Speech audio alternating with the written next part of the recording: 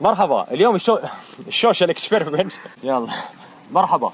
اليوم السوشيال اكسبيرمنت تبعيتنا بتحكي عن كيف الشاب بتصرف لما يشوف صاحبيته قاعده مع شاب غريب.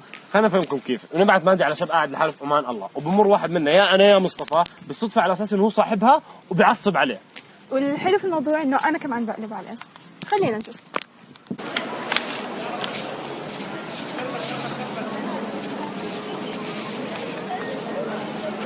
مرحبا. عادي قاعد عندك؟ أنا ما عندي. شفتك لحالك حكيت ليش عندك. إيش تدرس؟ دنتال تكنولوجي. حلو. ايش تدرس؟ طب بيطري. بس صعب الطب البيطري بالنسبة للصبايا. احنا عندنا اسطبلات في البحرين، يعني بعد الصبايا عندنا اسطبلات. أنت من البحرين؟ ياي. يلا لو بدك أي إشي إنه أنا بعرف هون، عايشة هون من زمان. من إربد ومن عمان من كل مكان، فأنا بدلك على أي إشي.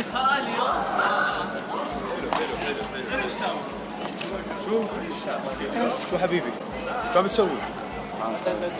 شو عم تسوي؟ شو قاعد تسوي صاحبي؟ شو عم تسوي حبيبي؟ يلا قوم، يلا قوم. هو إجا قاعد عندي. ايه؟ هو اجى قاعد عندي؟ أنا كنت بستنى فيك وهو إجا. قوم بدكش مشاكل. ساوي اللي بدك تساوي. حبت مشكلة يعني؟ مو حبت مشكلة. حبت مشكلة عادتني. وما بتحرك.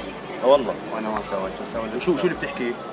شو بدنا انا تحكي اجت قاعد. أنا كنت هون هو إجا وبضل يسألني أسئلة عن حالي. صاحبيتي تتوقع كمان تتوقع يعني بدك تضلك قاعد محلك بدك تضلك قاعد محلك وقح يعني. ايه وقح. يلا خلينا نتحكى برا. وين ما كان هنا وين نطلع برا نتحكى مع بعض هيك نتعرف على بعض شوي. يلا قوم. وانتم ما نعرف. مش انت قد كلامك؟ مش انت ايه زلمه؟ كلامي رجال وقاعد مكاني. وش بتسوي؟ سوي اللي بتسويه هنا وانا قاعد مكاني. يلا قوم خلص. وين بتروح؟ قوم يا حبيبي. يلا قاعد ما عندي وقت. اللي بتسوي لا ترفع صوتك علي يا حبيبي. يلا بعيد.